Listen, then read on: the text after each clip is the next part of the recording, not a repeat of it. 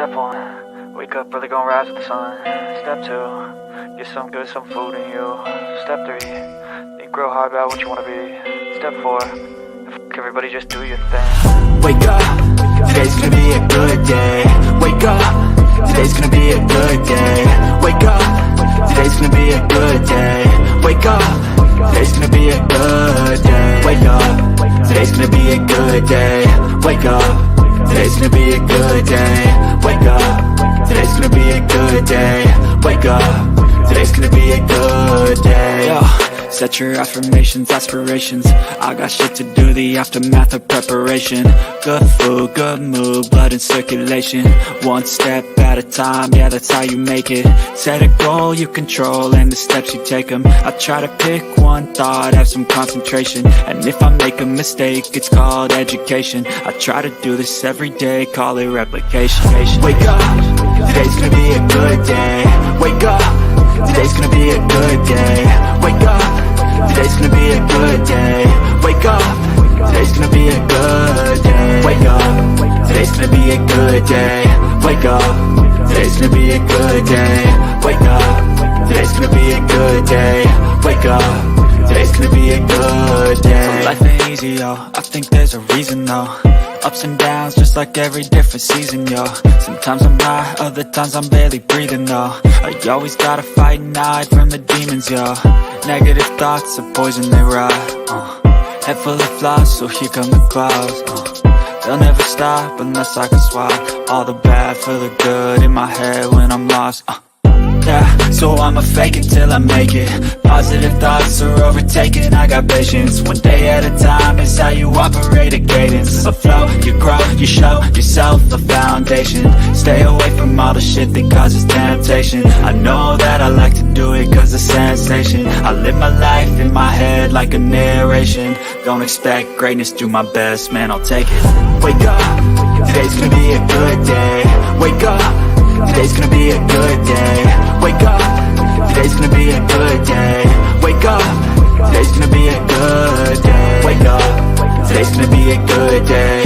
Wake up, today's gonna be a good day. Wake up, today's gonna be a good day. Wake up, today's gonna be a good day. Wake up early, gonna rise with the sun. Step 2, get some good, some food in you. Step 3, think real hard about what you wanna be. Step 4, fuck everybody, just do your thing. Boy, look at him. I done said this before, but I'ma say it one more time for the folk in the back. Stop talking about how them people over there doing you. Stop talking about how they talking to you. Stop talking about how they walking you like a dog. Stop talking about how they disrespecting you. Stop talking about how they don't honor and don't value you. And get away from them. Why are you still connected to folk that you know for a fact is not good for you? What you holding on for? At this point, it's like you a glutton for pain. When you know that they don't value you, when you know that they don't respect you, when you know that they don't honor you, then cut them loose. Point blank, period. Get up out of there. Stop complaining about how they treat you and get away from them. Welcome to the Bullhorn Betty Coffee Club.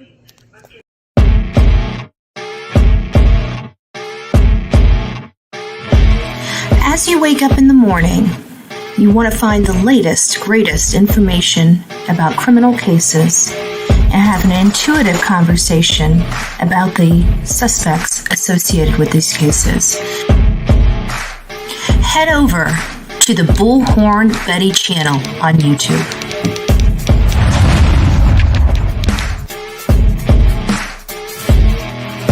Get breaking news right here on the Bullhorn Betty channel. Welcome to the Bullhorn Betty Coffee Club. Enjoy your stay and enjoy your day.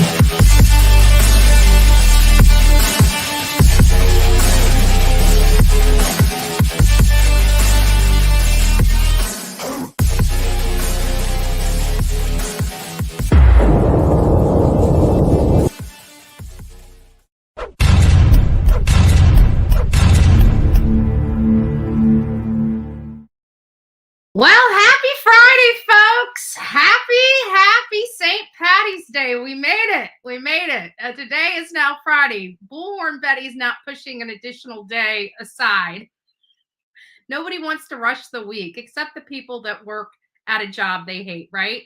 So anyways, good morning, everyone. It is not even quite 6:30 yet. I'm sorry. We've been delaying this particular live for some time now. It seems like every time we come on to talk about the timeline related to the Idaho 4 as well as the warrants, something comes up.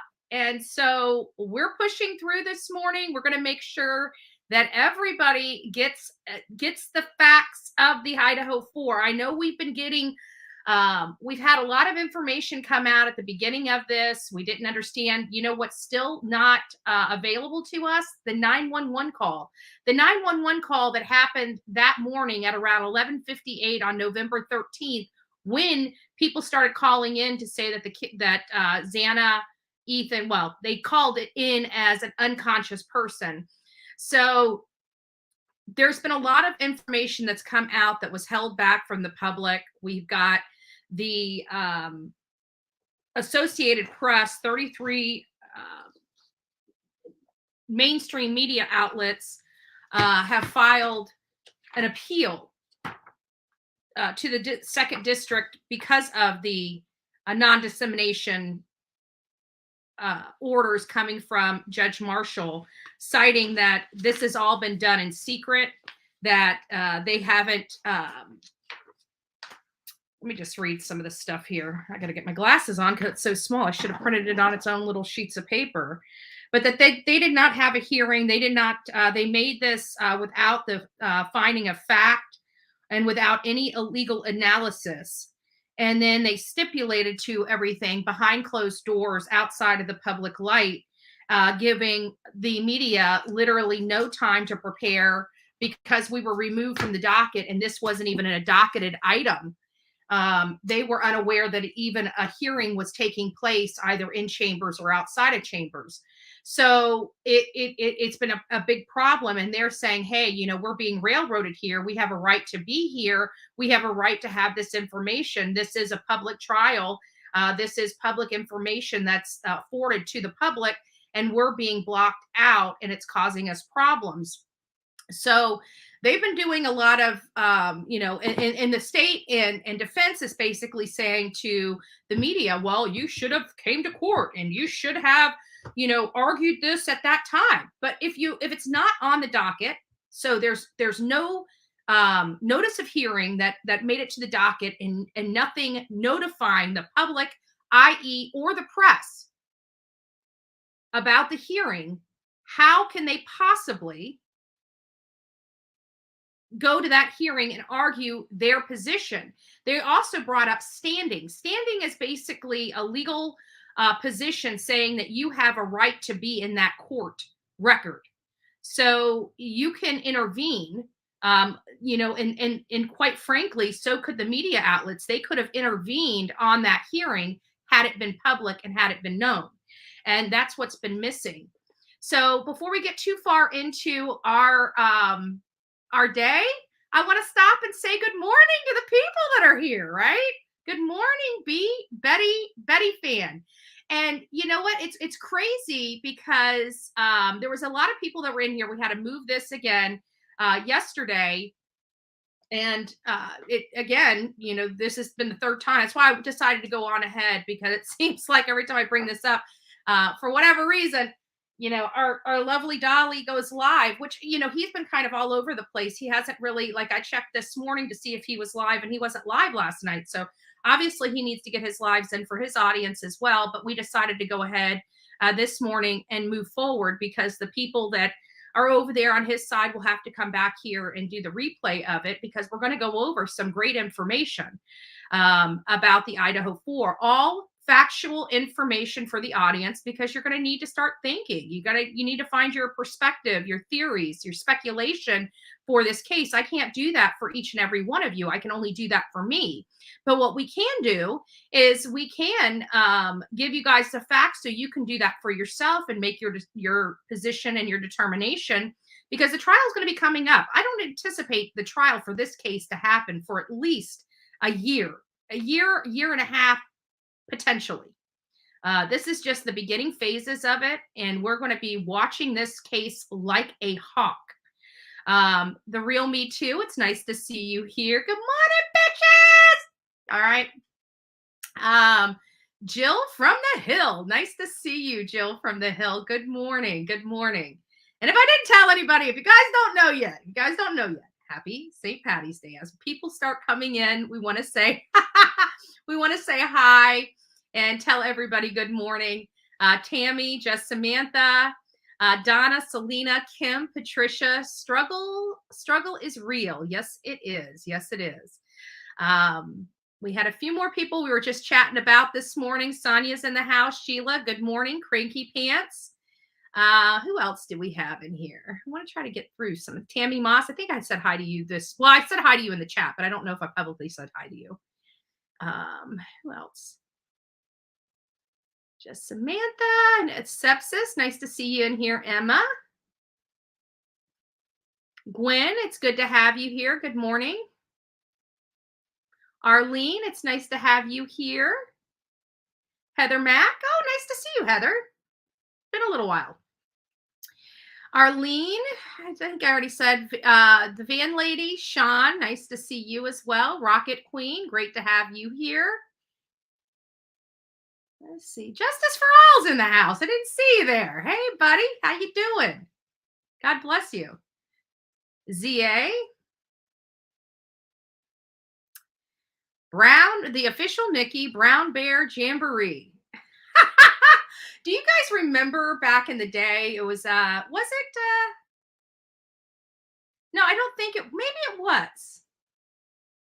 I'm trying to think if it was Chuck E. Cheese that had the Brown Bear Jamboree band. I remember when I was a kid, there was some place around here in Bradenton that would go in and eat, and they had like the, like what you see at Disney World, the electronic, but they always played music and did like a little folk type of stuff. I can't remember, but that just reminded me of it. It's funny how some of these names, when I come across them, it'll inspire a memory that I forgot about. Isn't that funny? Roxy, nice to see you in here this morning. Kim 22, Candace, Blake, it's nice to see you. Misty. Who else do we have? Michelle, nice to see you here this morning. Jeannie, Silent Assassins. Yeah. Everybody else, Candy Apple, nice to see you. Everybody else, good morning. We've got a new member, Elizabeth. Thank you for becoming the newest member of the Coffee Club. Good morning to you. And we also have Jeannie. Good morning. Good morning. Nice to have you here. Thank you for becoming the newest coffee member here on the Bullhorn Betty Coffee Club. Oh, Lord. I'm having a morning, aren't I? Let me make sure I'm not doing it. All right. We got that.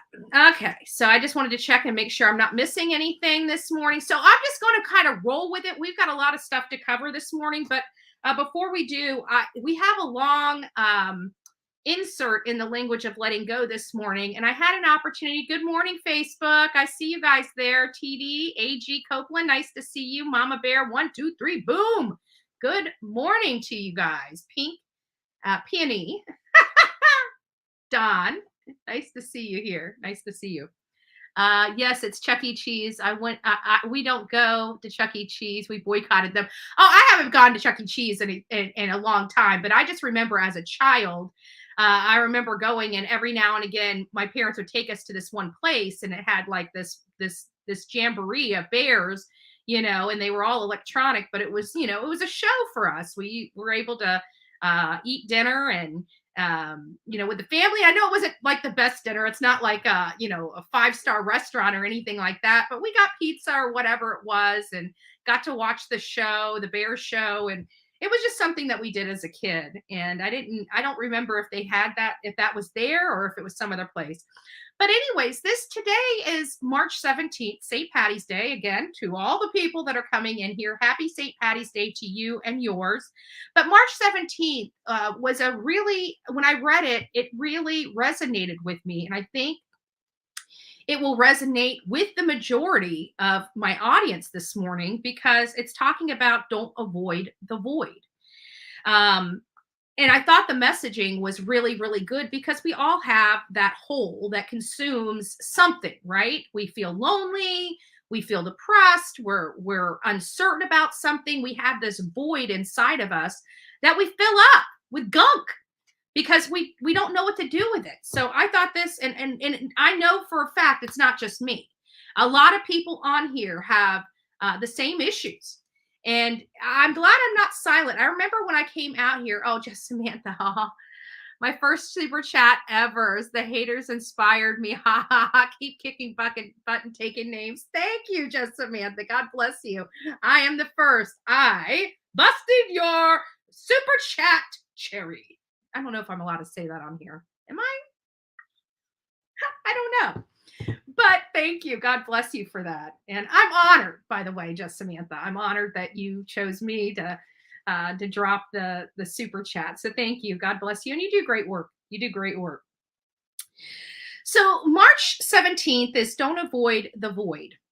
I was sitting at dinner with a group of friends in a restaurant one evening. Everyone but one person was done eating. Feet were shuffling under the table. We were ready to go. One member of the group, an older woman, was picking at her meal. She had ordered dessert, but hadn't eaten it yet. She slowly sipped her coffee. Sounds like my mother, by the way. Sorry, Mom. I don't eat my dessert until I finished my coffee, she says, when the waiter asked if he could take her plate. All eyes at the table watched as she took tiny sips and placed her cup down and chattered. Telling stories and jokes, making meaningless conversation, we watched eagerly as she started to pick up her fork and take a bite of dessert. Then she sighed and quietly, as she changed her mind, set her fork down and began to tell another story. She was alone, widowed, and her children lived in another state. It was obvious that she was trying to stretch dinner out with her friends as long as she could. She was trying to fill that empty, silent place we call the void. There's a lot of talk in life in this book about doing, achieving, and going for what we want. There's much spurring on activity that shouts, yes, I'm alive, I'm fully and richly living my life the best I can. In all this busyness and living, the needs to be mindfulness, careful attention paid to another part of your life too. That is the repetitive and natural cycle that some call the void. It's an empty space in our lives. The void can be a small space in our life lasting a few days or weeks, or it can go on longer. That relationship has ended. We're alone. We don't know what to do next, or that cycle in our life has ended. Maybe we've graduated from school or college and we don't know where to go next. Maybe our time as a parent has ended. Maybe someone we loved, a roommate or a best friend who was an important part of our life, have moved away. Don't be afraid of the void. Postpone it for a while if you must.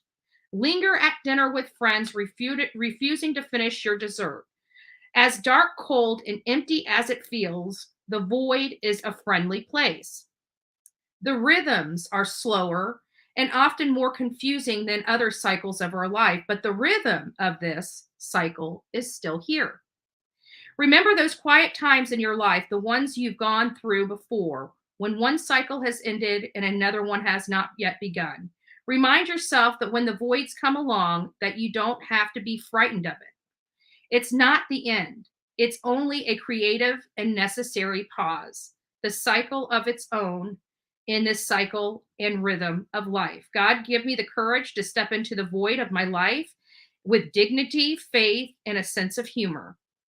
Help me cherish the unknown as much as I enjoy activity of clarity. So again, a wonderful passage. I think this can resonate with literally everybody in this chat, because we've all had that void. We've all had that pocket of emptiness, that hole that we fill. Some of us fill it with bad stuff. Some of us fill it with food. Some of us fill it with work. Some of us fill it with drugs, alcohol, horrible relationships, and a lot of bad decisions. And this passage is saying, don't do that. There's no need. There is some peace and tranquility in that hole. We just need to find it. So hopefully that helps somebody here in this chat this morning. And getting on to some other stuff, not so interesting maybe to the chat before we begin, but I like to bring stuff up before we get into the meats and potatoes of our story or line for the day. And it looks like my area here, we never really talk about Bradenton or Manatee County on here. We talk about places afar and across the country and around the world, but we never really talk about what goes on in my own backyard. And quite frankly, I looked into it today and I know why I stay in my home. No, I'm just joking. I'm just joking. I forgot it was spring break. You know, I haven't been in college in many years, haven't gone to school in a really long time. And I forget it's spring break. And apparently there was a party at an Airbnb here in Bradenton where shots were fired. Now, this is my little town of Bradenton. I'm not going to go and read all this stuff, but I just want to show people that, you know, we've got the gunk here. And not only that, I got other stories. One shot, one in custody at a mini mart shooting in Bradenton. So, I mean, this is all happening in the last 24 hours. And I'm like, what?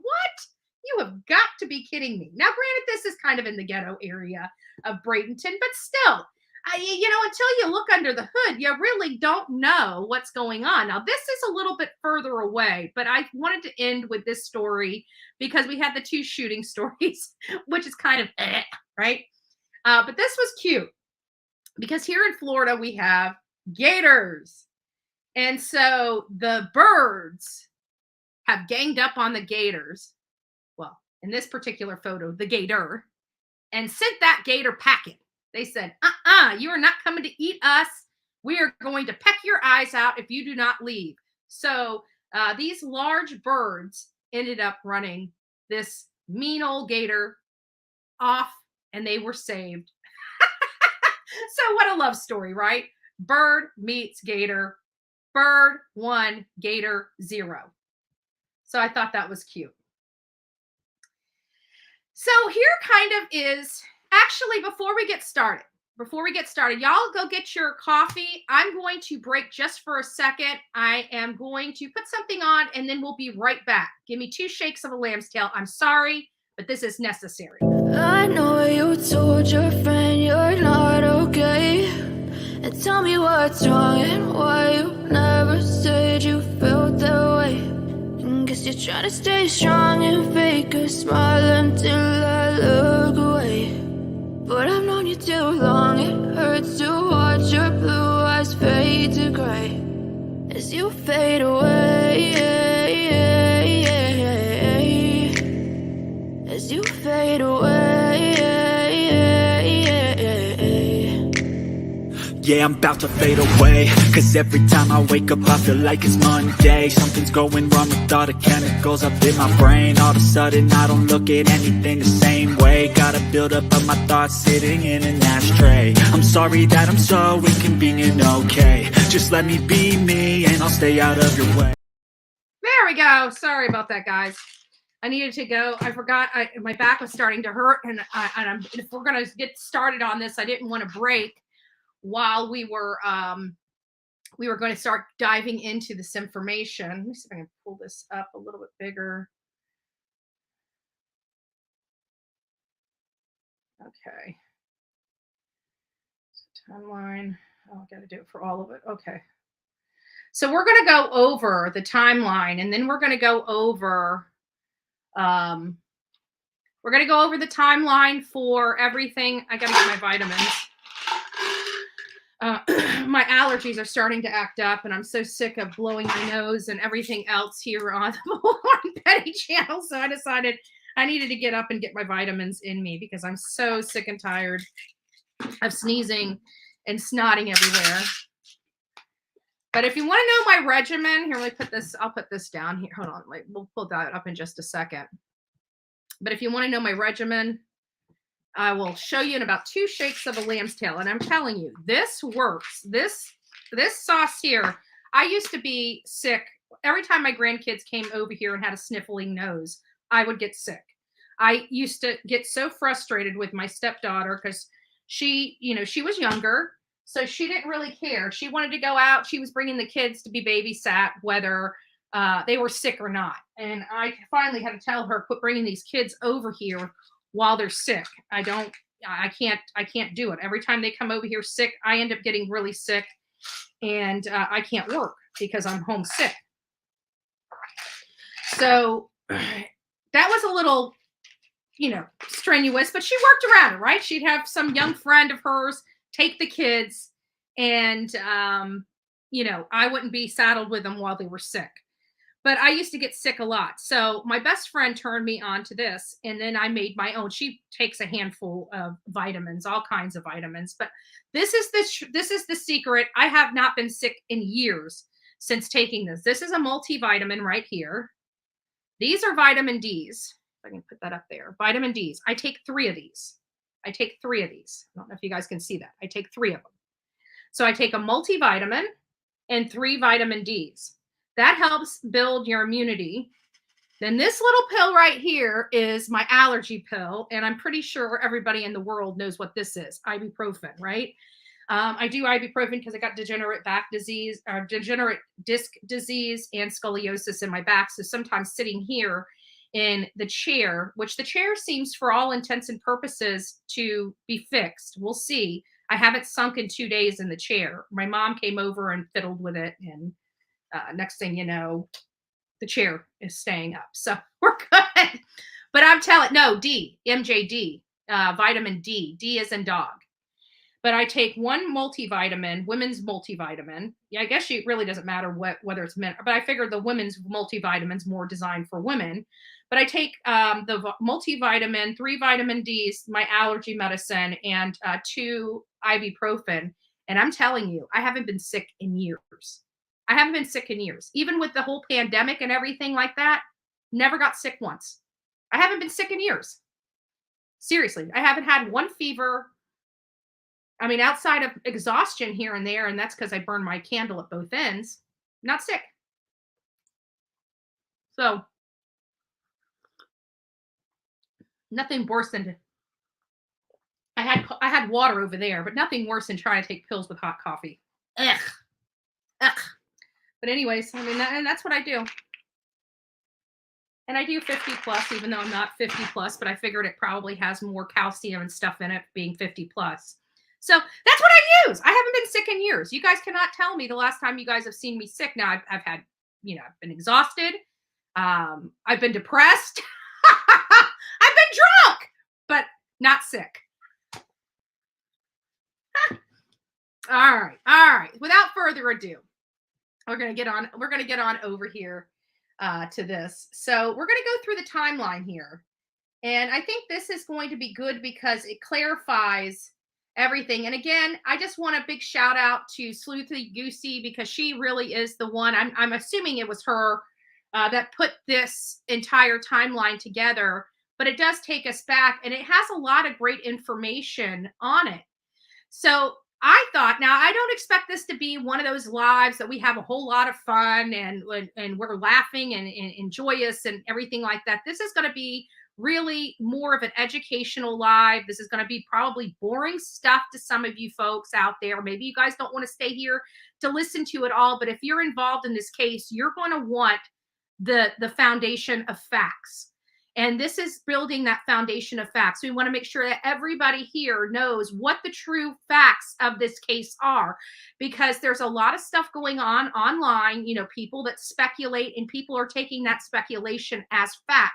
Just because they're speculating, just because I say, I think this is this way or this is that way, doesn't necessarily make it so. So this particular timeline goes all the way back to May 2022. And this is when Kohberger graduates from DeSales University. On June 5th, 2022, this is when the victims begin their lease at 1122 King Road. Again, some good background information about this case as we start bringing it forward. We're also going to touch a little bit on the West Boys. We've got a lot of stuff that we need to cover on that to get us up to snuff on the 20th. I'm trying to find out who is going to be the pooled videographer, news organization running the live trial for the West case. If I cannot find anything on it, then I'm going to be going to California to cover it in person. That's how important that case is to me, especially with the educational factors. Today is Happy St. Patty's Day. Thank you, Jennifer L. Thank you. God bless you. So this is going to be one of those situations where I'm trying to find out who is going to be doing this trial. And of course, I'm cognizant of the fact that there's voir dire with this trial, and I've been monitoring that, and it looks like they believe voir dire is going to be 2 to 4 days. So I'm not going to be going out there to cover voir dire. I want to go out there to, go out there to cover the actual case in the trial. But if we can get it live streamed, if we can find access to the live stream of their trial, then we will save the money for another case. But we may be going to California. I'm working on that now. I'll let you guys know over the next few days if we're going to be going out to California to cover this case or not. So just stay tuned. And that's with the West Boys. Now, so the girls decide to start their lease on June 5th, June 5th, 2022. On June 23rd, Brian Kohberger opens a cell phone account with AT&T in his own name and registers it to Albrightsville, PA address. Another factual piece of information we were not aware of. Hey, Ashley. Good morning, love. Good morning. Audrey, she posted the video, then she removed it and apologized, and I have not seen or heard from her, and no one has mentioned her name. What happened to Olivia, everyone? I have no idea. I'm not going to get into a conversation related to a personal matter, but, Olivia has, she gets stressed out and she kind of shuts down a little bit. So it just might be one of those situations. You guys don't remember she did the same exact thing when we came back from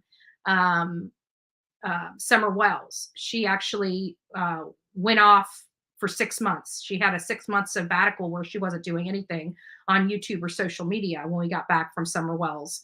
The last time we went, I think it was in January of 2021. We didn't hear from her until like July or August. So maybe it was 2020. I can't remember. Me personally, I've been too busy to even pick up the phone. And many of you guys know that you guys try to get a hold of me. It's hard. So on August 1st, 2022, Brian Kohberger moves into his on-campus housing at Wazoo. And that's on August 1st. August 16th, officers go to 1122 King Road for the first time for the noise complaints after the new tenants move in. That's August 16th. So they move in June 5th, and by August 16th, about, not quite 60 days later, about 45 days later, they're already having officers knocking at their door. On August 21st, from 10:34 to 11:35, BK's phone utilizes cellular resources at the King Road residence. That is on August 21st. He moves into his, and remember, I told you guys, I'm going to put this back up real quick.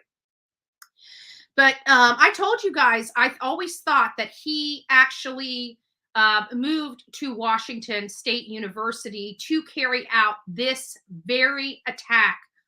I don't believe he knew who his victims were at the time of his arrival, but I believe that shortly after his arrival, he did identify the victims he wanted. And after that, he started putting his plan into motion. That is what I truly believe happened. Good morning, Caroline. It's nice to see you. That's truly what I believe happened. And this timeline almost solidifies that theory of mine, because look at it. He moves in on August 1st. Within 20 days, his phone is already using resources at King Road residence. So within 20 days, he had already identified his victim. Already identified. I can follow that easier. What is it Queen Bee says? Whoa, great breakdown, Betty. Yeah, it's not my breakdown though. I want to give that, again, a shout out to Sleuthy Goosey. This is where I found this particular timeline at. I'm actually going to consider utilizing this format as a template for future stuff, because Sleuthy Goosey and I don't always follow the same exact cases. And this template is really good that I can utilize myself in the future. So I may do that. But that's interesting. And within 20 days of him arriving to Washington, he's pinging outside of the 1122 King Road residence. At 1137 Farm Road and Pullman Highway, Latah County Sheriff Deputy Corporal Duke pulls over the 2015 white Hyundai. So the day that oh, wow, this really does. Holy crap. So the first day that his phone pings outside of the residence that he later targeted and killed 4 people inside of, allegedly. That same day, he is pulled over by Latah County Sheriff, and this is where they get his phone number. Remember, they used his phone number with Pennsylvania plate LFZ 8649, set to expire on 11/30/2022, being driven by Brian Koberger. 2 days later, first day of class for 3 courses at Wazoo, Brian was TA for. So he got there the first. By the 23rd, he is in class, and and a TA, which is an assistant, a teacher assistant. A few days after that, so the first noise complaint at the house was on August 16th. So not even 2 weeks later, they get another noise complaint at 8:34 at night. Then the very next day at 12:36 a.m., it looks like the noise complaint came in that night. The party continued to go on into the wee hours of morning the next morning, and another noise complaint was also there. One was at 8:34 p.m. on the 1st, and that morning on the 2nd at 12:36, another noise complaint. Fall 2022, BK applied for internship with the Pullman County Police Department. October 12th at 7 p.m., Mascow Film. This is an interesting revelation, because we learned from one of the people, the security guard that he worked with back in Pennsylvania. She had indicated that he was I never heard Danny Rawlings before, and Danny Rolling before. And we were asking, because in her statement, she said he was really interested in the Danny Rolling murders. And I'm like, who is Danny Rolling? And everybody's like, he's the one that the Scream movies were inspired by. He was a serial killer that inspired the movie Scream, the franchise Scream. And the reason why I call it franchise is because they have multiple Scream episodes or, segments out. I don't know what they call them. They're movies.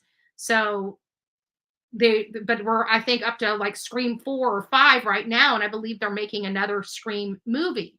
And that was inspired by the killings Danny Rawlings had. Well, this is interesting because on October 12th, this is merely 30 days. 30 days. This is his famed serial killer. According to everybody that knew him prior to him going to Wazoo, apparently he had this infatuation with Danny Rawlings, or interested in that particular case. Well, the Film Society, Mascow Film Society, and the University of Idaho Film and Television Department presents the movie Scream. Could this have inspired him to move up his plans? Or does it solidify his plans? I'm not sure. 2 days later, Wazoo police pull over the 2015 white Honda driven by Brian Koberger. So this is the second time. He hasn't even been in the area an entire well, I guess just a little over 2 months, a little over 60 days he's been in the area, and he's already been pulled over by law enforcement twice. On November 11th, Kaylee buys her Range Rover, then heads to Moscow for the Pi Phi party and to show off her car.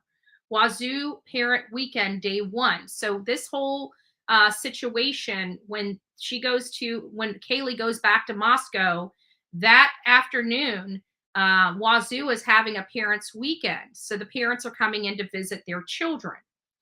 At 5 p.m. to 8:30 p.m., there's a Veterans Appreciation dinner at ICCU Arena main campus. That night is the Pi Phi party formal that Kaylee, Maddie, and Dylan went to. November 12th. Now, this is the day that they were it's kind of hard to explain. This is really the day that they were killed, because this day, the 12th, rolled into the 13th, and the 13th, between 4 and 4:30 in the morning, the girls and Ethan were slain. So this kind of, the 12th and the 13th are all going to run in together, because in all reality, I'm going to consider it up to the point where Dylan goes to sleep all one day. So the Wazoo Parent Weekend Day 2 at 12:30 p.m. There's a home game there, Wazoo versus Arizona State. At 4 p.m., the final Vandal football home game against UC Davis is going on. At 8:40, Ethan makes a Venmo payment final activity to Jack K with a note that says, thanks. Remember that? Between 9 and 1:45 in the morning, this is where we're at right here. Between 9 and 1:45 in the morning, Bethany Funk observes Ethan and Xana at the Sigma Chi house at the party at Nez Pierce, or whatever it's called. I can't ever pronounce it right. From 10 p.m. to 1:30 a.m., Kaylee Gonzalez and Maddie Mogan are observed on CCTV footage at the Corner Club. At 10:04 to 10:16, Officer Tensdell and Officer Rosendahl on Deacon Avenue with male and female that were walking issued an MIC citation to the female. Not sure what that is, what the MIC citation is. We'll have to look into that. And that was based upon a FOIA request that they must have received. At 10:15 p.m., Kaylee and Madison are picked up from their house by a private driver. So at 10:15, they embark out. Now, the 13th is Wazoo's Parents Weekend Day 3. So again, with all this stuff going on, Brian Koberger on his campus has a lot of kids with their parents walking all over the place. At 12 a.m., Xena Kernodle speaks to her father, Jeffrey, for the last time, and he states that he told him that she was hanging out at home with her boyfriend. That was at 12 a.m. We know that couldn't have been true because she was over at the Sigma Chi fraternity party from 9 to 1:45 in the morning. At 11:30 a.m., Kaylee Gonzalez and Maddie Mogan are seen on a Twitch video at the Grubhub truck on Main Street. At 1:45, Bethany estimates that Ethan and Xana return to the King Road residence. At 1:56 a.m., so from 10:30 to 1:56 a.m., the 1:56 a.m. is when the private party reported that they dropped Kaylee and Madison Mogan off at their King Road residence. I will tell you this, there is more to that particular situation than just they heard them come in at 1:56. They kept saying that they all arrived home at 1:45 in the morning. The Gonzalez family were the ones that found the Twitch video of the grub truck. And they also talked to their neighbor and was able to get a hold of the neighbor's CCTV footage. And in that CCTV footage, they were able to see Maddie and Kaylee pull up to the front of the house, get out of the car, and walk inside the home. And that's why the Gonzalez family was so adamant with law enforcement, asking them, why are they not updating the timeline? Because the girls came home later almost 15 minutes later than originally estimated. And they thought that was crucial. They wanted as much factual information out there to help solve their loved one's case as possible. And they saw this glaring issue with law enforcement. And it still took them a week to 2 weeks to change the timeline to finally acknowledge that Kaylee and Maddie did get home at 1:56 in the morning. At 2 a.m., both Dylan and Bethany made statements during an interview that indicated the occupants of the King Road were all home at this time. So by 2 a.m., for sure, all the people that are renting the house at 1122 King Road were at home. Let me just stop here and I know there's a lot of people chatting in here. Dang, that's a nice camera. I need one too. If you're talking about the camera that I'm trying to get a camera. We're trying to get that. We figured crowdfunding for that camera. That camera is almost $4,000, but it's going to be the difference in, and it's not the camera that's used here. I've run everything off my computer. And if I do, I have cameras here that can run this show if, let's say, my computer camera stopped working. But that's not the camera I need. This $4,000 camera is the camera. If you guys remember, and it's actually coming back to Idaho 4, when we were actually, hold on, let me see what this is. Oh, Roswell. Let's go over to this side. I can't see all the stuff on this side for whatever reason. Roswell, happy 3 months. Well, it's nice to have you here for 3 months. Thank you, Love Bug. Thank you. God bless you. So I'm just going to go through here and see, because I know we've already covered such a wealth of information already. Now we're up to the 13th. The girls have just been dropped off. Bethany and Dylan both told law enforcement that everybody was home by 2 a.m. Everybody. At 2:26 a.m., Kaylee first calls ex-boyfriend Jack D. So this is where the phone calls. Remember, a lot of this information we probably forgot about. At 2:42, BK's phone using cellular resources is at his residence in Pullman, Washington. Kaylee makes 4 additional calls around that time to her ex-boyfriend Jack D for a total of 5. At 2:44 a.m.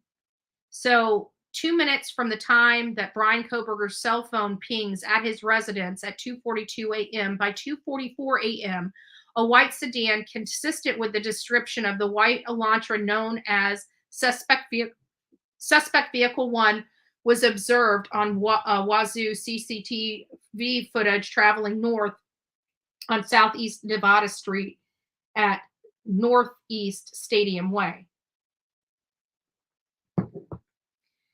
At 2:44, Kaylee calls ex-boyfriend Jack D a 6th time. Maddie also tries to call Jack D twice. By 2:45, between 2:45, let me get this back up. Sorry, guys. There we go. By 2:45 to 3:15, right here, the white-colored sedan on CCT traveling west on Taylor Avenue toward the crime scene per landlord Kane Franetchik? I can't pronounce that word. At 2:47, BK's phones using cellular resources southeast of BK's residence consistent with phone leaving and traveling south through Pullman. So this is interesting because, most people would be, leaving their phone at home, kind of like Alec Murdaugh did. He thought if he left his phone at the house, it would indicate that he was home. But here, Brian Koberger is actually traveling with his phone. The phone starts reporting to a network at 2:47. So he leaves his house. He's starting to head toward Mascow, Idaho. And then he turns his phone off within 3 minutes of him getting in his car and his car appearing on CCT footage. At 2:50, Officer Teschdahl and Rosendahl are in plain clothes in an unmarked police car parked in the lot of 701 West Taylor Avenue when they observe 3 males walking toward Band Field. Remember that video? We have that as well. Madison and Kaylee both attempt a final call to Jack D for a total of 10 calls. Between them both, those end at 2:52 in the morning. At 2:53 in the morning, the suspect vehicle is observed traveling southeast on Nevada Street in Pullman toward State Road 270, which connects Pullman, Washington to Mascow, Idaho. Between 3 a.m. and 5 a.m., BK's phone does not use cellular tower resources in close proximity to King Road residents. At 3:01, Tesdall and Rosendahl make contact with 3 males and issue all 3 MIC citations. At 3:26 a.m., the white sedan, suspect vehicle 1, seen traveling westbound in the 700 block of Indian Hill Drive. The suspect vehicle was seen traveling westbound on Steiner Avenue at Idaho State Highway 195, 3:29 to 4:20. Multiple sightings of suspect vehicle 1 making 3 passes by 1122 King Road residents, then leave via Walenta Drive, which is the road that wraps around behind their house.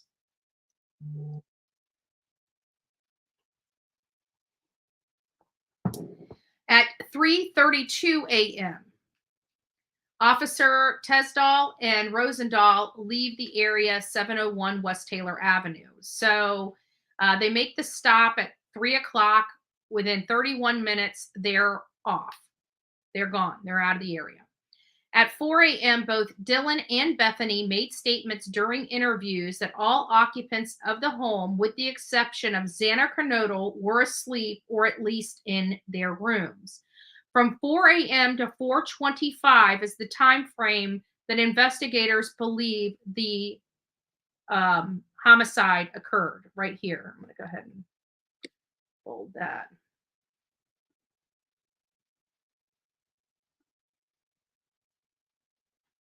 There we go.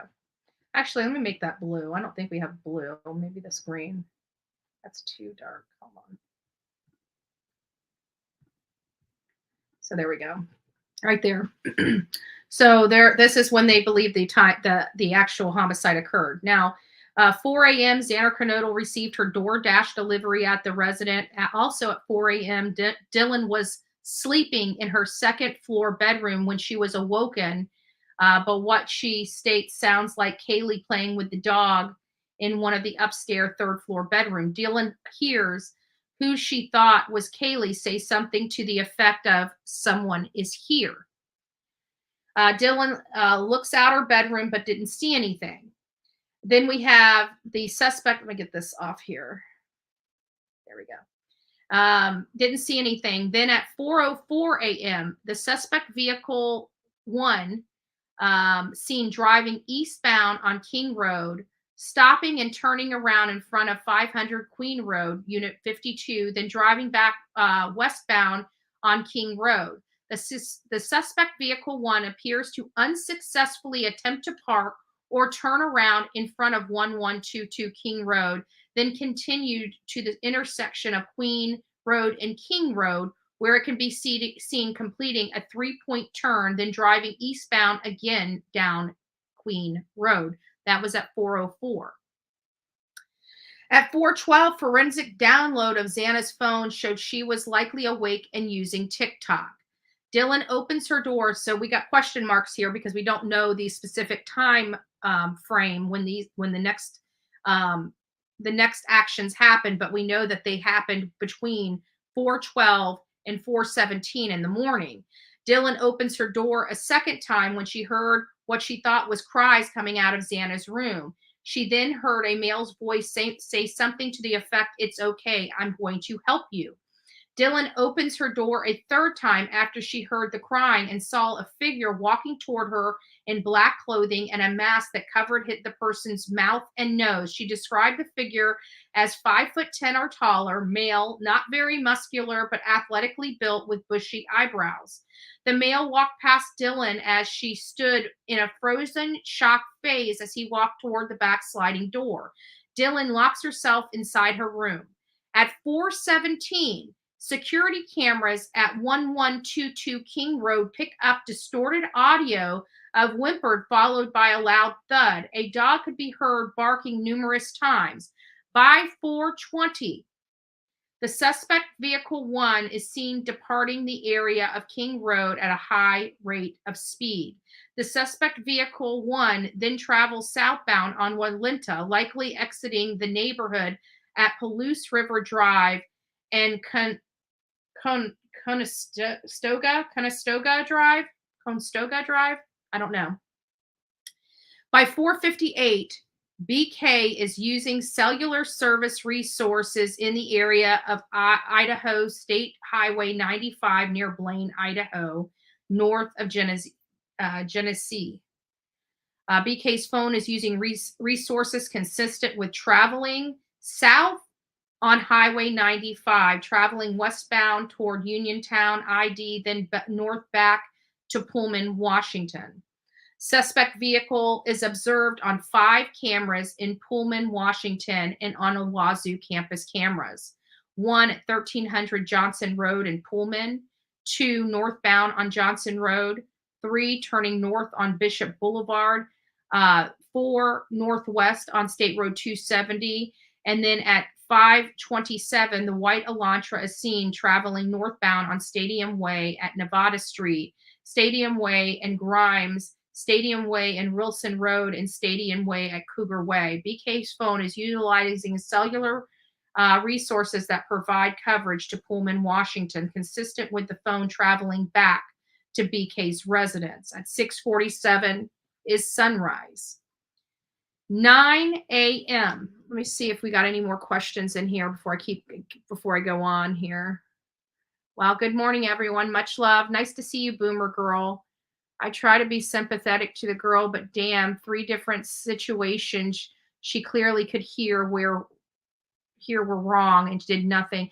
Roswell, that's the frustration I have as well with Dylan Mortensen. Now, Bethany Funk, I have to say, because she was only in the affidavit to establish what time Ethan and Xana were at the Sigma Chi fraternity party.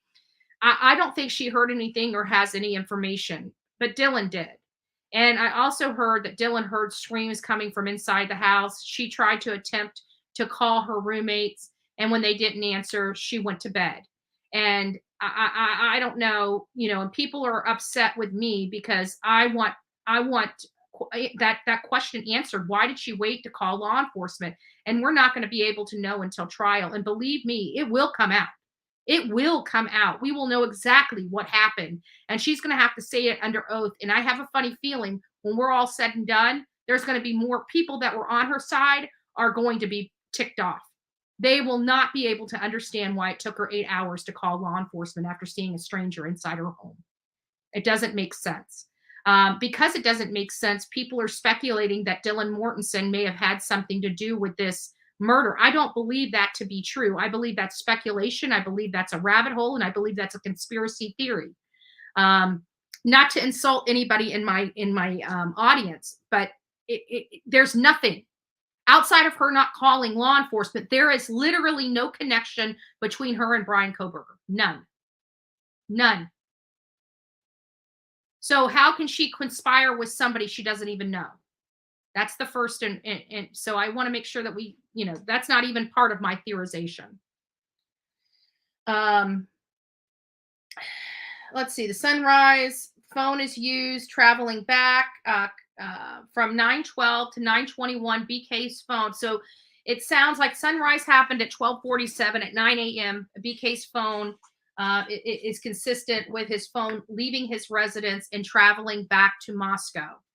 BK's phone utilizes cellular resources and would provide coverage to the King Road residents. And then by 9:32, BK's phone arrives back at his residence. And it's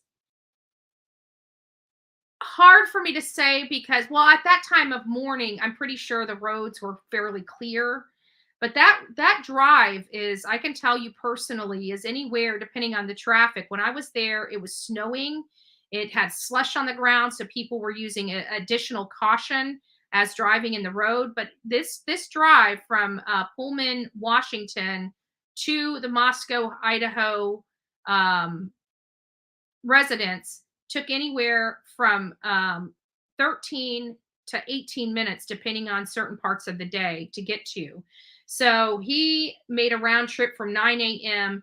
to 9:32. It's almost as if he didn't stop, which doesn't go with my theory that he went back inside that residence that next morning. I still believe he went back inside that residence the next morning, despite this. Despite this little timeline. I know this is true. This is factual, and mine's just theory and speculation, but I really, for whatever reason, believe he went back into that house that morning. Like, why drive there if you're not going to go inside and check on your handy dandy work? Bethany and Dylan summons friend to the home because they believed one of the second floor victims had passed out and was not waking up. 911 call is placed from inside the residence using either Bethany or Dylan's phone, requesting aid. Unconscious person, and dispatch spoke with multiple individuals. At 11:58, officers responded to 1122 King Road for an unconscious person. By 12:36, BK's phone utilized a cell tower that provide coverage at Kay's Cup of Joe stand at 810 Port Drive in Clarkston, Washington. Surveillance footage from the U.S. Chef's store located at 820 Port Drive, Clarkston, Washington, and adjacent coffee shop showed a white Elantra consistent with suspect vehicle 1 driving past. BK's phone utilized cell data in the area of Albertsons on 400 Bridge Street, Clarkston, Washington at 12:46 p.m. 3 minutes later, outside, CCTV from Albertsons showed BK exiting the white Elantra consistent with suspect vehicle 1. At 1:04, after interior CCTV footage from Albertsons shows BK walking through the store and purchasing unknown items at checkout, he is seen leaving the store. At 2:07 p.m., the vandal alert is sent out to U of I students, advising them to stay inside.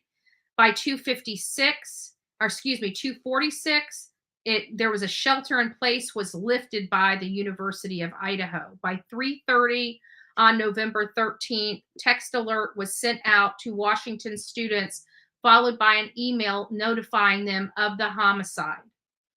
So the same day, call comes in at 11:56. Officers there at 11:58. First alert goes out at 2:07, canceling that alert at 2:46. Another text alert went out at 3:30, stating that there was a homicide in their community. By 4 p.m., Sergeant Blake and Corporal Brett Payne arrived at the scene. At 4:30, sheriff arrived at Gonzalez home to notify them that Kaylee was deceased and there were 4 victims. And that's according to the father. And I don't know the exact time because when we interviewed with the Gonzalez, they said it was hours. It was hours after they were notified by a family member in the area that Kaylee had passed away. And we'll get into that interview here in just a little bit. Where was I?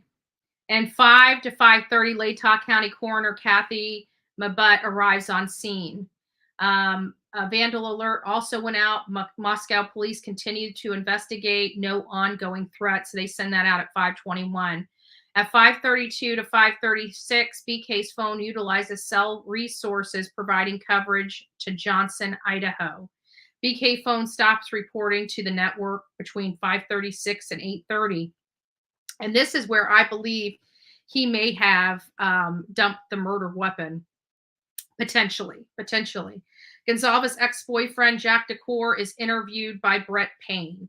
On 4:14, BK's phone connects to the cellular towers that provides service to Mascow, Idaho, but investigators don't believe BK's phone was in Moscow on this date, that it has not connected to any towers that provided service in Moscow this day.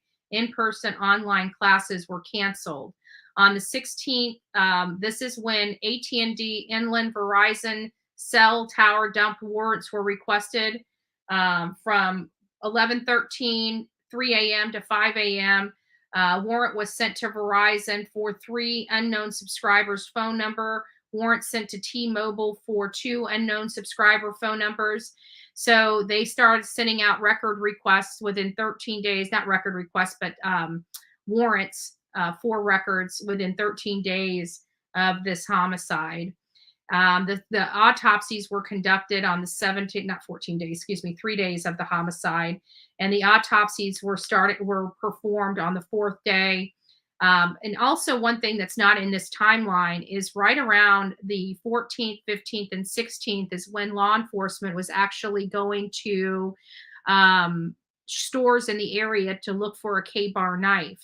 And we could not figure out why it was such a specific type of knife they were looking for when the autopsies had not yet been completed. The autopsies were completed on November 17th. So I need to look at that and plug that in somewhere in here, because that's when we started learning of the K-bar knife.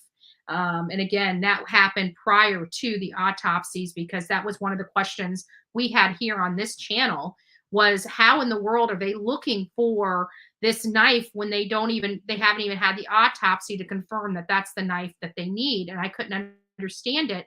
And it wasn't until we met with the Gonzalez that Olivia said that she believed that there was a knife sheath left. And I thought she was just reading the same plugs that we were reading, online with Papa Roger, right?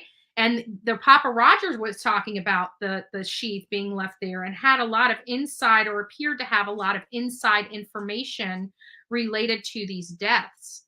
And people actually believe that Papa Rogers was actually Brian Kohberger, and the resemblance is pretty uncanny when you look at the mock-up of the person that was considered Papa Rogers. It was crazy. Have you looked at the map of Clarkston, Washington? There's a dozen of storage facilities there. Also, it's along the Snake River. He could have thrown the knife in the river. Yeah, but I think it was at that time that he was doing that. We're going to take this, not today, because we still got a lot of stuff to cover, and we're already an hour in, and we're not even off the timeline yet, and we still have all the warrant information to be brought up on. I don't know how long we're going to go through all of this today, because we are going to pull up Google Earth, and we are going to map and chronicleize this trip of Brian Kohberger, so we can get a good understanding of where he went during these morning hours, the morning prior to that earlier morning hours of the 13th all the way to the 14th, and all of his conduct thereafter. We're going to map it, and you guys can get to see exactly what Rudy took and what the area looks like. So yeah, we'll get that explained, but there's just a lot of information here, and it's just me here putting this stuff together. So it's going to be a little it's a little difficult for me to try to get all this stuff. This stuff takes hours upon hours to create and calendar and map, and it's crazy. Where were we? So the 16th, they're talking about that. The autopsies were performed on the 17th. AT&T, Inland, Verizon tower jump warrants were returned for 11:13, 3 a.m. to 5 a.m. Warrant returned from Verizon for 3 unknown subscribers' phone numbers. So they were really doing an investigation on the victims to try to see if it garnered any information as to what happened to them that day. So good morning, Princess. Nice to see you. Help me, Rhonda. It's nice to see you. Maria Brown. Hello, hello. On November 18th, BK registered the 2015 white Elantra with Washington, and later received his Washington plates. This detective seized the content of 3 dumpsters on King Road, locate possible evidence. The warrant returned for the T-Mobile for 2 unknown subscribers' phone numbers was received. November 19th, Mascow Police Department uh, put out a map of the area of interest to collect videos. What else do we have? Evaluates tread marks from in front of the King Road residence for the first time. So 6 days later, they're looking at, tread marks and things of that nature. Warrants were sent to Bank of America for the 4 victims, plus 3 additional redacted names. Warrant was sent to Block Inc., which is Cash App, for 4 victims and 3 redacted names. Warrant sent to Umpeka Bank. I don't know if I'm saying that right, for the 4 victims and 3 redacted names. Warrants were sent to PayPal and Venmo for 4 victims and 3 redacted names. And then, of course, a warrant was sent to Impact Bank, whatever it is, for surveillance footage from 9 p.m. on 11/12 through 12 p.m. on 11/13. So I wonder whose bank this was and who was withdrawing money. They must have had some evidence as to potentially someone withdrawing money from that particular bank, is what I would assume. I'm sure Dee heard a lot of crazy noise and commotion in the middle of the night. I'm not sure how murder sounds like, but the commission ended. Dee went to bed. Yeah, and Sean, the thing I have a problem with is, how does murder sound? I can tell you, I'm sure it sounds awful. I'm sure it was very scary for everybody involved, and how another person in the house was completely unaware with all, and she even acknowledges all these noises and weird things happening that night. She didn't further state, but these happen all the time. This wasn't a rare and weird occurrence that happened in their home that they newly moved into just a few short months prior to. And I understand you don't want to be the Debbie Downer of the group, but when you have a stranger walking in your house covered in clothes, black clothes, something deep inside your gut has got to be telling you something ain't right here. You need to call law enforcement. Whatever that instinct was, Dylan doesn't have. She may never have it. I don't know. People are very upset with me and a lot of creators like me that are questioning why it took her 8 hours. We're not in the coddling business. We're not into the victim coddling business. Okay. That is for people, these advocate programs that are provided funds from the state to provide advocates for these people to handhold victims. That is the only people that should be coddling these victims or witnesses. That is not my job. I don't coddle people. When there's something glaringly wrong, I'm going to speak it out of my mouth. And there's something glaringly wrong here when a girl sees somebody in her house, decides to call all her roommates. By the way, none of them picked up their phone. Why? Because they were dying. And she rolls over and goes back to bed after seeing a stranger walking through her home. There is nothing that's going to make me coddle her and say it's okay. No, it's not okay.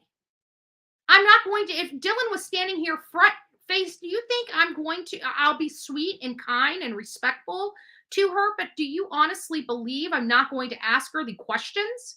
Of course I would. I'm not in the coddling business. I'm not in the emotion business. I know that's what I have my audience for. You guys want to coddle? You coddle. You want to be emotional? You be emotional. That's not my job. My job is to ask the right questions at the right time and get you guys as much factual information as humanly possible. So let's see here. So they did receive the warrant. They sent Facebook and Instagram for Kaylee Gonzalez from August 1st, 2022 to November 18th, 2022. Warrant sent to Reddit for Kaylee Gonzalez from 1/1 to present. The memorial service was held for Ethan Chapin. Police expand the crime scene on 11/21. And then a slew of on 11/21 is sent out for all of different stuff for all of the victims. So at this point, it looks like nobody has seen anything or heard anything about Brian Kohberger so far. All these warrants are investigative warrants to look in the victim's history to see if they can see any kind of something that would point to the assailant of this crime. So they sent off Apple, Instagram, Facebook. That was for Ethan's phone. Those were returned. PayPal, Facebook, and Instagram were returned on the 21st. They sent a warrant out to Snapchat for Madison, Kaylee, Ethan, Xana, and 3 additional redacted names. They sent the Apple for Gonzalez's cell phone. They sent Facebook for Madison Mogan. They sent Facebook and Instagram for Xana Kernodle. They sent Apple for Madison Mogan. They sent Charter Communications, Spectrum Wireless, Mac. And I believe that this right here, this Spectrum right here, that to me tells me they were looking. Remember, we heard some things that his phone may have actually connected to the Wi-Fi at their home. This would probably most likely be the Wi-Fi information right there. They also sent information off to Apple for Xana's phone and to Walmart for information related to the K-bar knife and any sales of the same. On the 22nd, Spectrum Wireless returned the subpoena. On the 23rd, the bank, Impaca Bank and Apple for Madison and Xana's phone were returned. On November 25th, Mascow Police Department placed a bolo for the white Honda Elantra. Investigators and FBI Behavioral Analysis Unit returned to the home after the scene had been untouched for days. After searching inside the house, one investigator left with several small bags in hand. The warrant was returned from Apple for Ethan's phone. On November 26, additional warrants were sent. Amazon was sent a warrant out for the K-bar knife, similar to Walmart. Warrant was sent to T-Mobile for a tower dump from 11/13 from 3 a.m. to 5 a.m. and a warrant sent to eBay for the K-bar knife. So they're trying to find out whether the K-bar knife, where it was purchased. Was it purchased from Walmart, Amazon, eBay? Those are the 3 companies that they have done warrants for related to the K-bar knife. On the 28th, the warrant was returned from T-Mobile for the tower dump from 3 a.m. to 5 a.m. And the eBay warrant was returned. However, no information related to these warrants have been released to us. And what has been released has been heavily, heavily, heavily redacted. Warrants sent to the Idaho State Labor for 4 victims, plus 5 redacted names. From September 1st through present, a warrant was sent to Wells Fargo for 4 victims and 5 redacted names. Discovery, 4 victims and 5 redacted names. Numerica Credit Union, 4 victims and 5 redacted names. American Express, 4 victims and 5 redacted names. Banner Bank, 4 victims and 5 redacted names. P1FCU, which is a credit union of some sort, 4 victims and 5 redacted names. A warrant sent to eBay for all related sales of K-bar knives, and they give the sheath as well as a K-bar knife straight edge and other knife to 12 identified but redacted users. So they're now honing in on eBay. Warrants sent to Idaho Credit Union for the 4 victims and 5 redacted names. So that all happened on November 28th. At 12:28 a.m., Wazoo police officer Daniel queries white Elantras registered to Wazoo and located a 2015 white Elantra with PA license plate registered to Brian Kohberger residing at his Pullman apartment. The Wazoo officer Curtis Whitman looks for the white Honda located at 2015 white Elantra. So they did a query at 12:28. So this is in the middle of the night when they expect many people to be sleeping. And then they sent an officer out a little before 1 a.m. in the morning to check on this white Elantra, which he found outside of Brian Kohberger's apartment. Police tow away the 5 vehicles that remained in front of the crime scene. And I can tell you when that happened. They have the timestamp on here with a question mark.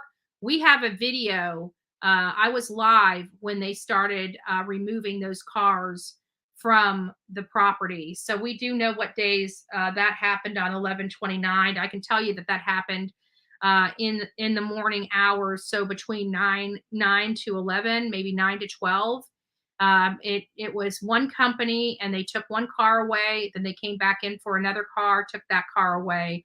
There were 5 cars removed. We were there when the cars were there. We watched them as the cars were removed from the property. I also found out that the property has still yet to be cleaned. It is boarded up and has a fence around it, and they still have private security watching the home. Many of you guys know that that home was transferred over to the University of Idaho, and they do plan on demolishing the home. Warrant returned from eBay for all related sales of K-bar, fighting knives and sheaths. Warrant returned for Snapchat for Madison Mogan. Returned for Snapchat for Kaylee, Ethan, Xana, and 3 additional redacted names. Returned for Apple for Kaylee Gonzalez's phone number. Returned from Numerica Credit Union for the 4 victims and 5 redacted names. A warrant sent to K-Bar Knives, Inc., related sale of K-Bar knives, and it gives a whole bunch of series of different types of styles of knives that they're looking at. It looks like 1, 2, 3, 4, 5, 6, 7 different type of knives. Distribution information regarding Blue Ridge Knives and 5 other companies that were all redacted. A warrant was sent to Tinder, the Tinder account for Kaylee Gonzalez from June to present. November 30th, the warrant was returned from Instagram for Ethan, was returned for Facebook for Ethan, was returned for Facebook for Madison Mogan, and returned Facebook and Instagram for Xana Kernodle. And also returned was the Department of Labor for 4 victims and 5 redacted names, and the same for the Idaho Credit Union. Warrant returned for Banner Bank for 4 victims and 5 redacted names. Warrant sent to Yahoo account for Kaylee Gonzalez for August to November 19th. Here's some information we didn't know. On December 2nd, 2022, this is almost 2 to 3 weeks after the killing, BK gets a haircut at his regular barbershop, Powers Barbershop, by his regular barber, Rose Perez, who's been cutting his hair since July 2022. Warrant returned for K-Bar knives related to K-Bar and the 7 or 9, what is it? 1, 2, 3, 4, 5, 6, 7 different styles, and distribution information regarding Blue Ridge Knives and 5 other companies that was returned. Warrant returned from Yahoo for Kaylee Gonzalez was also returned on December 2nd.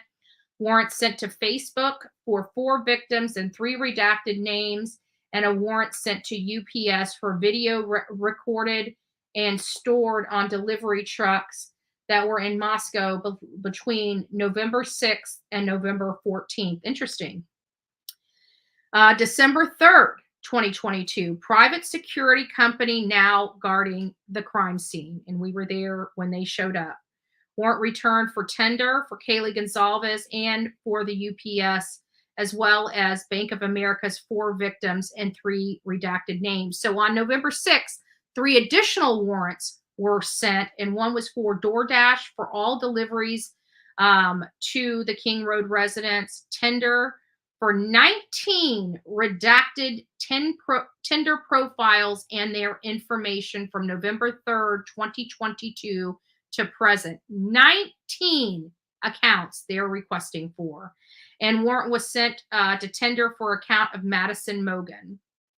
On December 7th, police asked the public for help in locating the 2011 to 2013 Hyundai Elantra. Now, remember, they already identified the car and knew it was a 2015 car back on November 29th when they started setting their eyes on Brian Kohberger.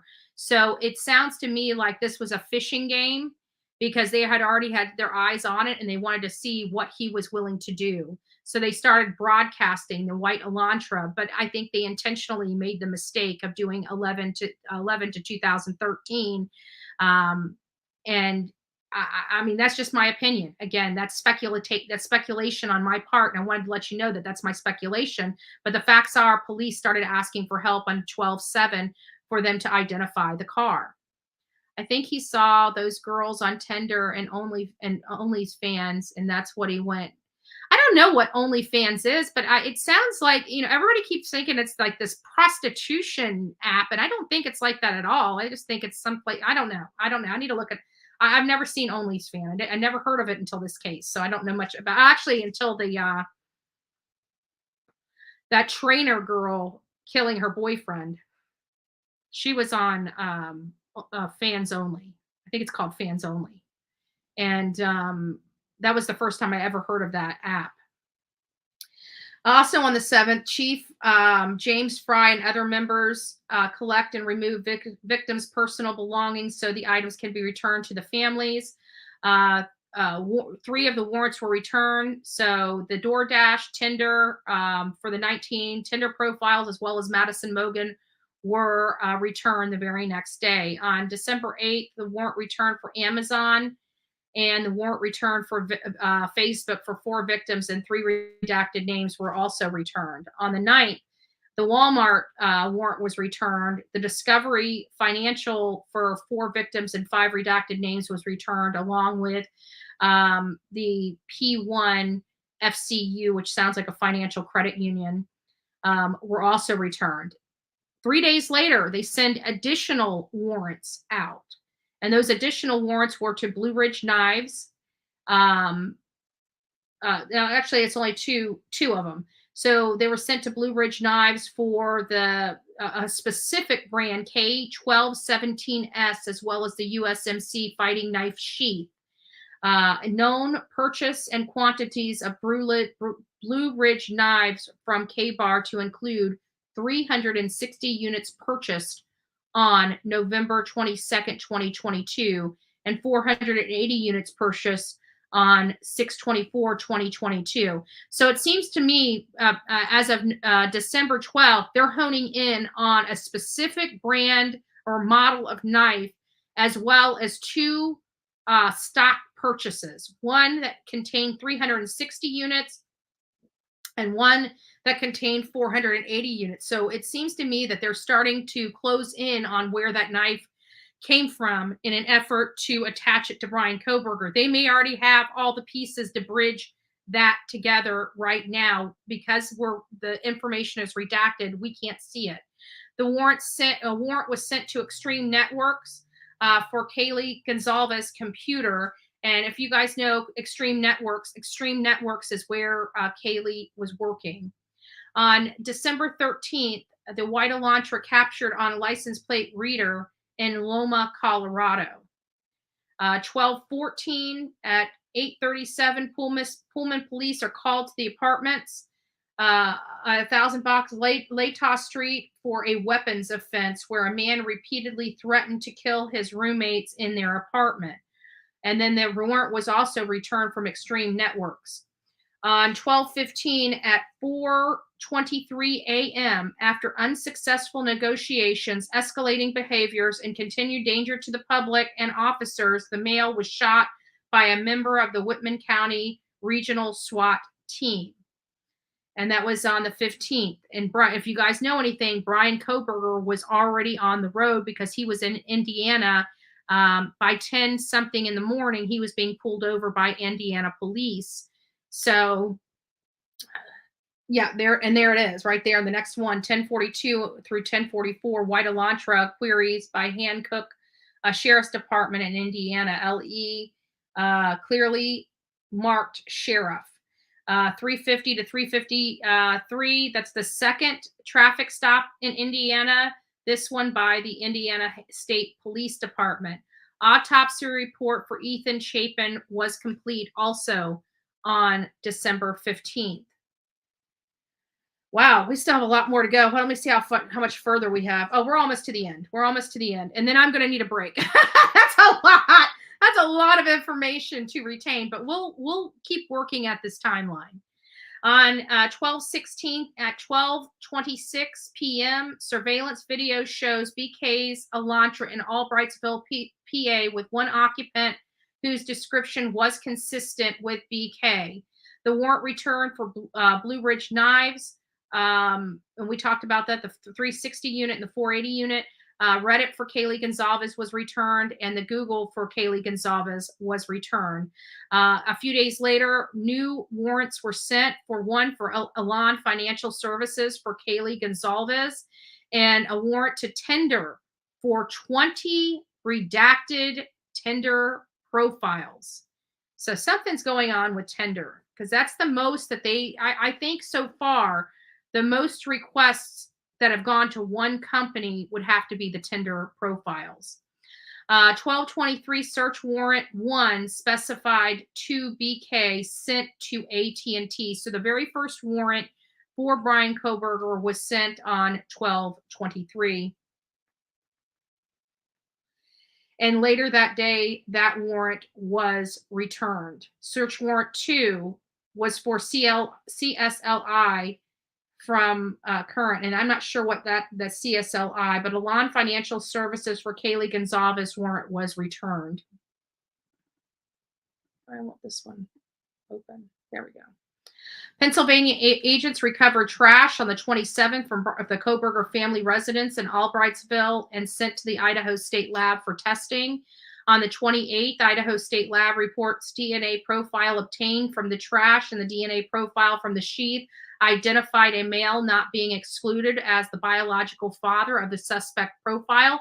So it was on December 28th that it was confirmed that DNA evidence from the King Road residence matches DNA from the sheath to a potential suspect. That happened on 12/28. That must have made law enforcement smile and happy that they are that much closer to identifying the person responsible for this heinous act. I can tell you, when that crime lab came back with the DNA profile, I bet you they had a very happy moment, even if for just a moment, as they were going through this. It was probably finally they got something. They finally got something tangible, and that was 12/28. And I just want to throw this out there. For it to be, what was it, 45 days, I think, 45 days, something from the 13th to the 28th, for them to go from having no suspect to having DNA and pointing to somebody that basically went on the run, because that's what Brian Kohberger was doing, even though it was it at the time appeared to be nonchalant and just wanting to go home for the holidays. We now know he went on the run when he left his apartment in Pullman, Washington. And let's see. So the 29th motion to seal application for search warrant in Washington is filed. The probable cause order and warrant for Brian Kohberger signed by Magistrate Judge Megan Marshall. Criminal complaint was filed. Affidavit of probable cause exhibit statement Brett Payne filed with the court on the 30th. So now that they got that DNA profile on the 28th, everything just starts speeding up at this fast pace. Now they're starting to file the criminal complaint. The next day, they've got the affidavit of probable cause. And 12:30 at 1:30 a.m., Pennsylvania served the warrant on 119 Lambsden Drive in Albrightsville, PA, for Brian Kohberger. At 7:30 a.m., multiple unmarked LE vehicles were seen in front of his Washington apartment, and per witness Randy Smith, I can tell you that Bullhorn Betty was out there as well. We were out there as well, because if you guys remember, what had happened is we went to King Road because they were bringing the cleanup crew, and we were going to go live while the cleanup crew was inside to see if we could garner, what they were pulling out, what they were cleaning. And they pull in there, and as they're pulling in, the news is breaking that there was a suspect arrested in PA. And so we're all looking, trying to find the person's name, and we get this wackadoo guy that we post first. I can't even remember the guy's name that we said. And he was just he stole a car. It wasn't them. And then we look at Brian Koberger. Barbara was in here, and she's like, well, what does a murderer look like? And I'm like, well, if you see a picture of this guy, you'd say, yeah, he's a murderer. But then within 5 minutes, we realized we had the wrong guy, and it was Brian Koberger. We look up a picture of Brian Koberger, and I'm like, this guy doesn't look like a killer. And it just went right into Barbara's statement on that live, like, what does a murderer look like? Well, apparently he looks normal. He looks normal. So Pennsylvania served the warrant. The order appointing public defender was filed by 9:38 a.m. By 1:41, motion to preserve the crime scene was filed. At 3 p.m., the celebration of life for Kaylee and Madison were at Lake Church in Coeur d'Alene. And yes, we were at that celebration of life with the Gonzalez family, as well as Jack DeCour and many of her other friends and family. 3:59, the order to preserve the crime scene and evidence was signed by Megan Marshall. The application for the search warrant in the Washington is sealed. Warrant is returned from Wells Fargo for the 4 victims and 5 redacted names. On January 3rd, the hearing to extradite Brian Koberger at 3:48 p.m. The stipulation for non-dissemination is filed without due process, without any kind of warning. And let's just read this statement that the media has prepared in here. And it just basically says, the procedure is precisely what is missing here. The district did not announce a legal standard, find any facts, or perform any legal analysis. Petitioners did not doubt that the district court had good intentions, but it merely rubber stamped the stipulation requested for the gag order when it issued the original gag order without a hearing, without making factual findings, and without any legal analysis just over an hour after the stipulation was submitted, and without any notice to the public. So, public hearing, no notice to the public, nobody could stand in. They were doing all this stuff in secrecy. And the attorneys for the Associated Press said, we're not having it. We want access. And then we start going from there. But yes, this non-dissemination order was ordered without a hearing, finding a fact, or applying any legal standard. Warrant sent to Google on November 3rd for Brian Koberger. January 4th at 11:28 a.m., Brian Koberger leaves Pennsylvania jail for a flight to Pullman, Washington. At 7 p.m., Brian Koberger arrives at Latah County Jail in Mascow, Idaho. The warrant returned from Google for Brian Koberger's account. So Google has already returned this the very next day. On January 5th, the initial appearance state versus Brian Koberger. Probable cause affidavit, arrest released. And on the 7th, mid-morning, state Brian Koberger entire case removed from Odyssey. So they pulled the case where we had no access to it, and they give us very limited access to the docket and the hearings right now. On the 9th, a warrant was sent to Moscow Police Department Forensic Lab for the Seagate 2 terabyte external hard drive. If you guys want to know what that is, it's something similar to this. This is what an external hard drive looks like. Mine is not a Seagate. Mine's is My Passport, and it's done by who is WD? I remember what it used to be, Western something or other. I don't even know where the name of it is on here, but it's Western something.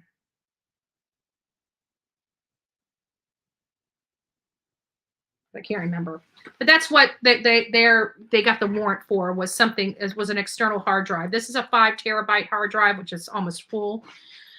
That was a 2 terabyte, so less than half of this. So that was sent, and it was returned immediately from the Mascow Police Department, but we don't have the time. So they sent the warrant off, and then it was returned the same day of January 9th. Oh, I forgot, it's not back up here yet. Western Digital, thank you. And then November 10th, at 8:06 a.m., a request for discovery was filed by Brian Koberger. Excuse me. Saw a typo. Might as well fix it while I'm here. Warrant returned from American Express for the 4 victims and 5 redacted names. I don't know what date this was because I'll have to go back and check. Actually, I could probably do that now. Well, we'll look at that, but I've got to check the date on that because that one came in as just pounds. Somebody didn't type the date in right. And there was a warrant sent to Dropbox with redacted names, emails, and phone numbers. But I'm assuming it has to do with Brian Koberger because everything else is related to Brian Koberger in this batch of requests or batch of warrants that were sent out, because the next warrant was sent to tender for Brian Koberger and Yik Yak as well. And we looked that up. I never heard of Yik Yak before, but we looked that up, and it was also another type of app. On January 26, 2023, the warrants returned for the tender 20 redacted tender profile names for Brian Koberger and Yik Yak for Brian Koberger were all returned. By February 2nd, the warrant returned from Dropbox for owners, their names were redacted, were done. And that brings us up full circle where we are at right now. And it shows us the next few hearings. So we have a preliminary hearing day, 1, 2, 3, 4, and 5 coming up from June 26th to June 30th. I'm not sure if we'll be there in person or if we're going to try to run those. Online, we'll have to make a determination at that point.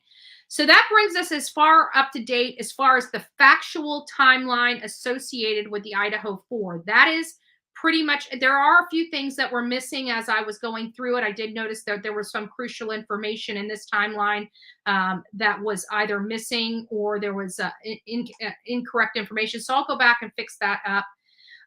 But there are some detailed points. Let me see if I can go ahead and make this a little bit bigger. There are some detailed points that I think are important, and I do agree with this. Let me see if I can just make this a little bit bigger. Too big. There we go. I think this is it. I think we can get everything on this. Let me just back it up just a little bit there. Okay, no. Sorry, guys. I'm just trying to get it. I'm trying to get the most I can put up to. Okay. So this is probably going to be the best I'm going to be able to get it so everybody can see. So here are the details and some of the key points to this. So Zena was found on the floor in her second-story bedroom, deceased with wounds that appeared to have been caused by an edged weapon. Ethan was also found in Xana's room with wounds later determined by autopsy reported 12/15 to be caused by sharp force injuries. Location of body in the room is unknown. Murphy, the dog, was in Kaylee's room on the 3rd floor when Mascow Police Department arrived. Kaylee and Madison were deceased with visible stab wounds in the only bed in Madison's room.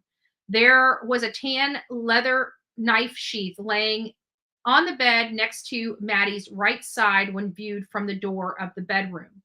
The tan leather sheath had K-Bar and USMC and United States Marine Corps Eagle Globe and an anchor signia stamped on the outside of it. Idaho State Lab located a single source of DNA labeled suspect profile on the bottom of the snap of the knife sheath. Both Dylan and Bethany, roommates to the victims, were inside the residence at the time of the homicide. Dylan was originally asleep in her bedroom on the 2nd floor. At 1112 King Road, there was a security camera less than 50 feet from the west wall of Xana's room that was capable of picking up distorted audio of voices or whimpers, followed by a loud thud and the sound of a dog barking at 4:17 the night of the murders. The combination of Dylan's statements, forensic downloaded records from Bethany and Dylan's phone, and CCTV footage around the two towns lead investigators to believe the homicides occurred between 4 a.m. and 4:25. Xana is believed to have been awake and using TikTok at 4:12, leaving time for her attack from 4:12 to 4:20, 8-minute window. During the second processing of the scene, investigators found a latent shoe print by first using presumptive blood tests, then amino black. Detected shoe prints show a diamond-shaped pattern and was located just outside the door of Dylan's bedroom, consistent with Dylan's statement regarding the suspect's path of travel.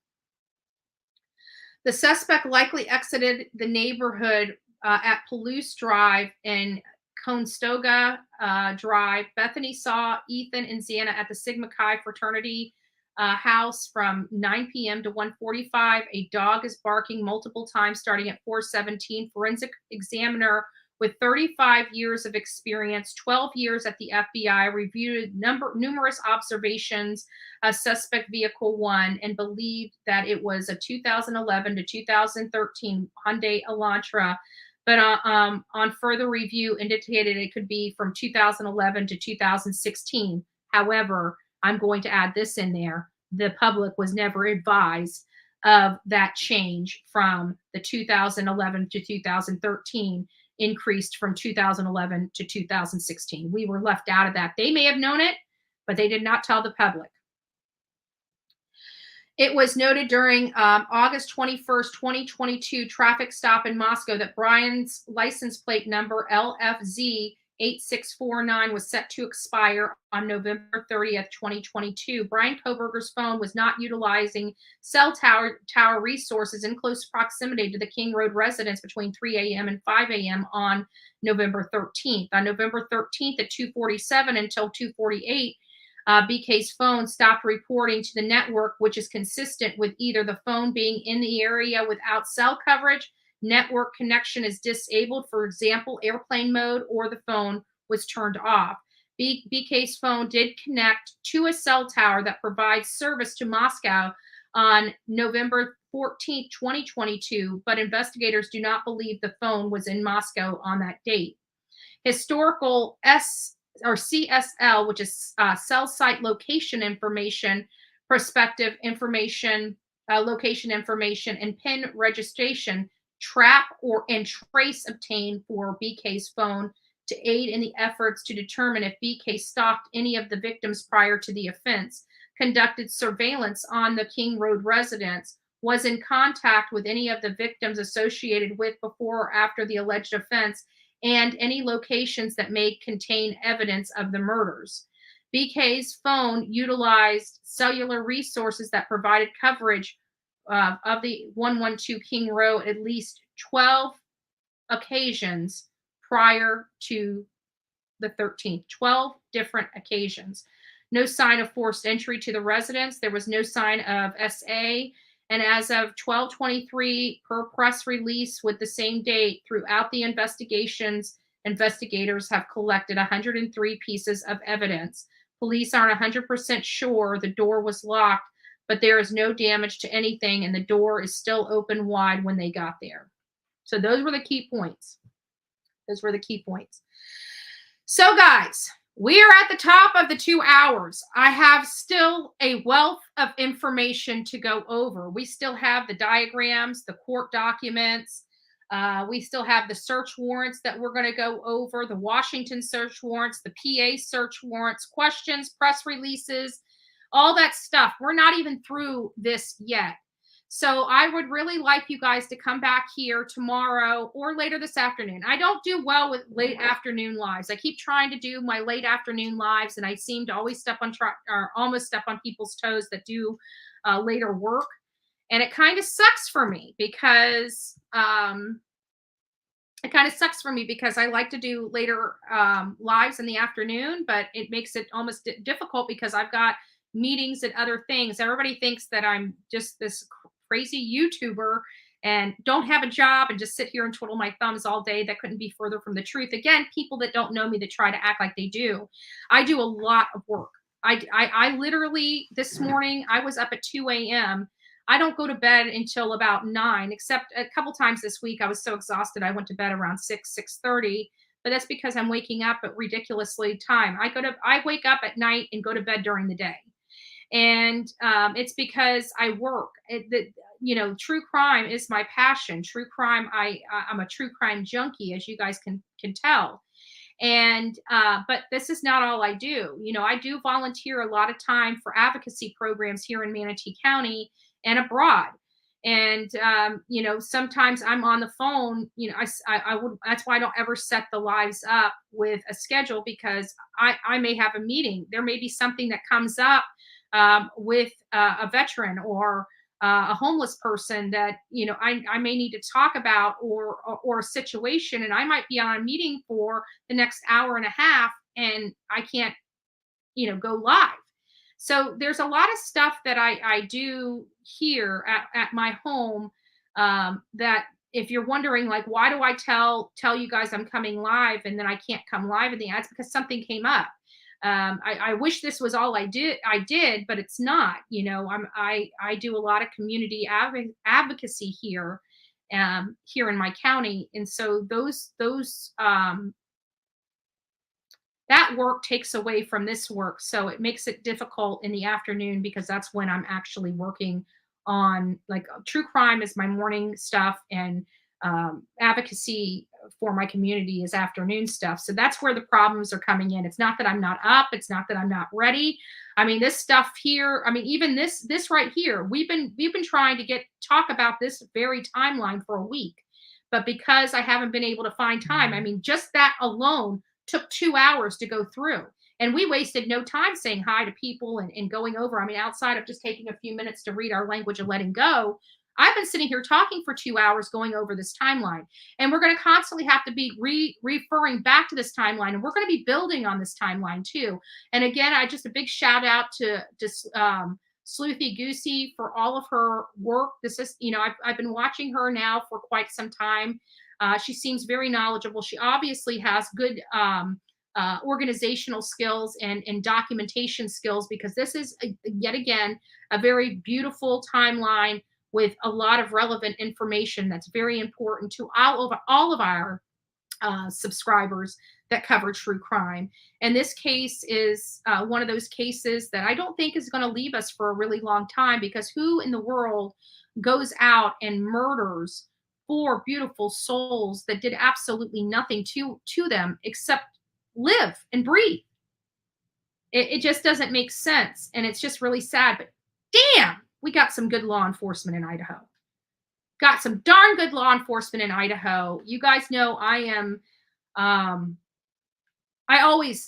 a fair person. So it doesn't matter who makes the mistake. If anybody makes a mistake, we're going to bring it up here. I mean, I bring up my own mistakes up here, right? And don't worry, if I don't bring up my mistakes, somebody else will, right? But with this case, I didn't have, like, there was a lot of people complaining and moaning and groaning about what law enforcement was saying and this, that, and I kept saying, listen, this is the most transparent we've ever seen law enforcement. They were very clever. They were very transparent to us, but they were still deceptive to us all the same, in an effort to get the right person. I believe they got the right person. And the reason why I believe it is because I watched the Alex Murdaugh case, and I know all of his personal witnesses and all the state's personal witnesses is not what sealed the deal. It was those expert witnesses that were in this forensic data area of the case. Those were the stars of the Alex Murdaugh case. And I guarantee those will be the stars of the Brian Kohberger case. Dylan Mortensen is not the star of this case. You know what's going to be the star of this case? Brian Kohberger himself, because everything that Brian tried to do to prevent being found is exactly what's going to seal the deal and seal his fate and get him convicted of this crime. Those very things that he thought he was doing to protect themselves were actually the very things that are going to convict him in a court of law. I believe that 100%. So guys, We will turn the phone lines. I promise you. I promise you. I promise you. 3 days we haven't turned the phone lines on. But I promise you, we will turn our next live. We will turn the phones on. I'm going to be working on some videos today, getting some videos out related to multiple cases. I hope you guys are enjoying the videos. I'm spending a little more time. Let me see what this is. I'm spending a little more time. Oh, Jennifer L. gifted a membership. Thank you. God bless you, Jennifer L. And actually, before we leave, let me just go through the beautiful people that help this channel stay productive and stay on good track. So Elizabeth, one of the newest members of the Coffee Club. Roxy was a member for 4 months. Thank you, Roxy, and God bless your membership. Angie, excuse me, I keep saying Ange.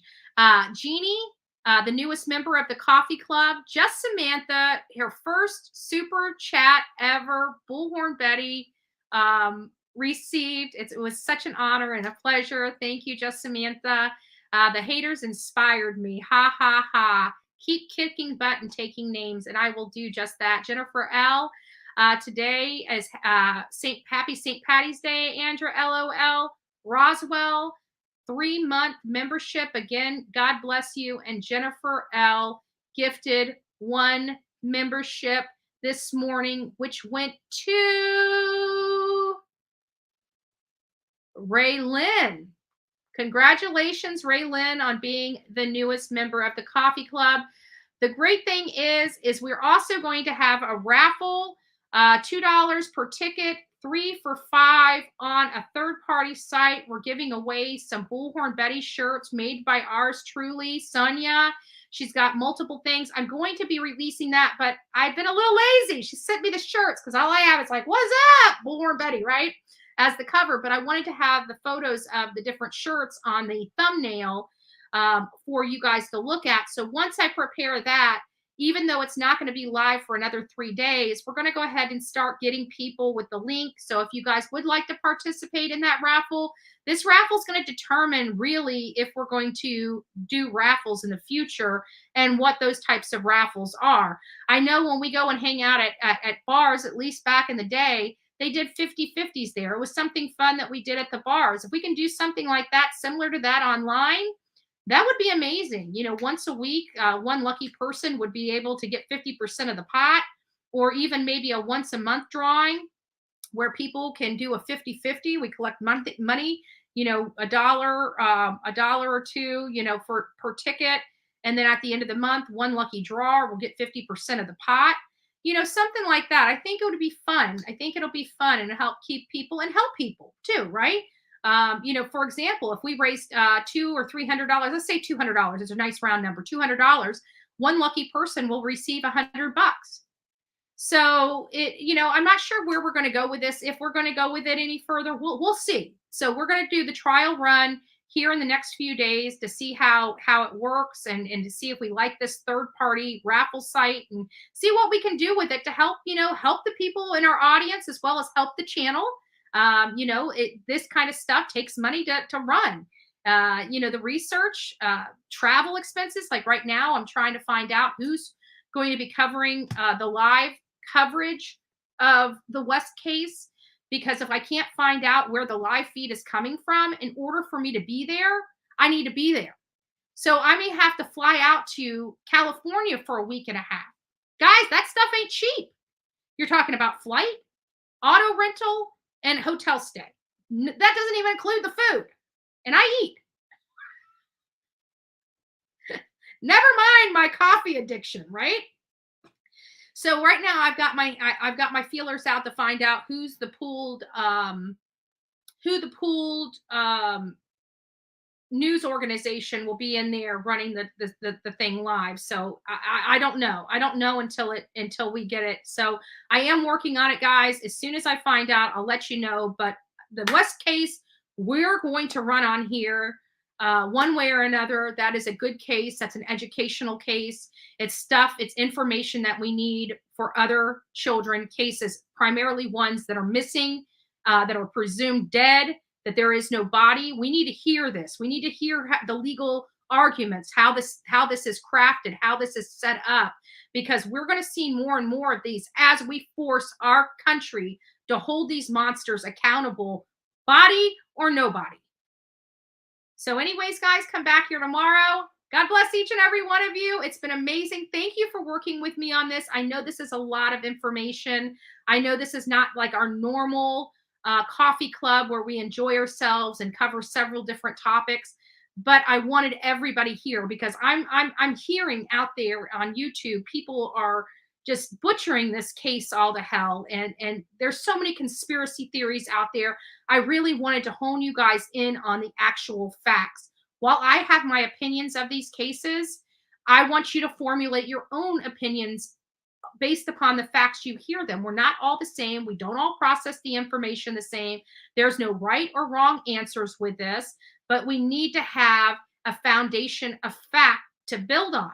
We can't speculate or be good at our investigative skills if we don't have a factual, everything would be conjecture. We have to have a factual basis to build on and to build those facts on and develop this case with. And here's the great foundation of it. Again, Sleuthy Goosey, thank you very much for your continued work on this. And not only this case, but a lot of cases. I see your work. Your work is top notch. So just thank you for that. And I'm glad I was able to share it with my audience. And we're going to be going over the warrant items, the specific warrant items, and breaking all of that down for each person. And, you know, the bank records, Brian Koberger, Xana Kernodle, Maddie Mogan. We may have to build the one for Ethan as well as Kaylee, because those are the two that I did not see. So we'll have to build those, but we've got enough to take us for the next couple days while I'm building those other profiles. So anyways, that's it. That's it, guys. So happy St. Patty's Day, guys. Typically in Florida and other big areas, we have tow to go for those that want to go out and celebrate festivities. We also want you to arrive alive. There's a lot of stuff out there where they'll actually tow your vehicle home. A lot of people want to get behind their vehicles because they don't want to be saddled with having to have a ride home and then having to schedule a ride to go pick up their car. With the tow to go service that is offered throughout many communities, this is AAA that takes your car home with you, so you don't have any of that.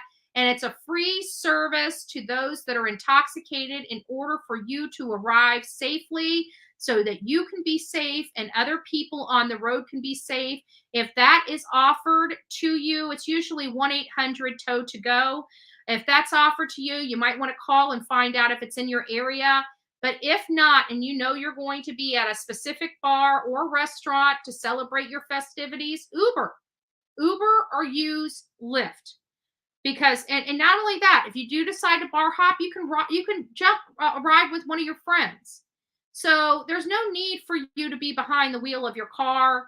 You can arrive to the bar, you can drink whatever you want, and you can go home safely. Please, we want everybody to be safe this holiday weekend. It's St. Patty's Day. Go get your green beer. We're not taking your green beer away from you. We're just asking you to please be responsible. God bless each and every one of you. Don't forget to be fearless. If you see something, say something. An ounce of prevention is worth a pound of cure. And until next time, everyone, be safe and love one another. God bless you, and God bless everyone.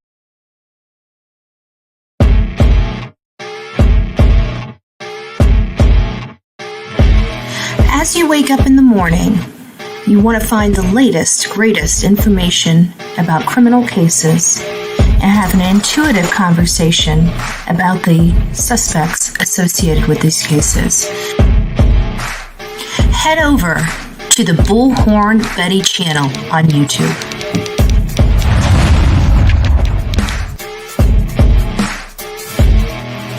Get breaking news right here on the Bullhorn Betty channel. Welcome to the Bullhorn Betty Coffee Club. Enjoy your stay and enjoy your day.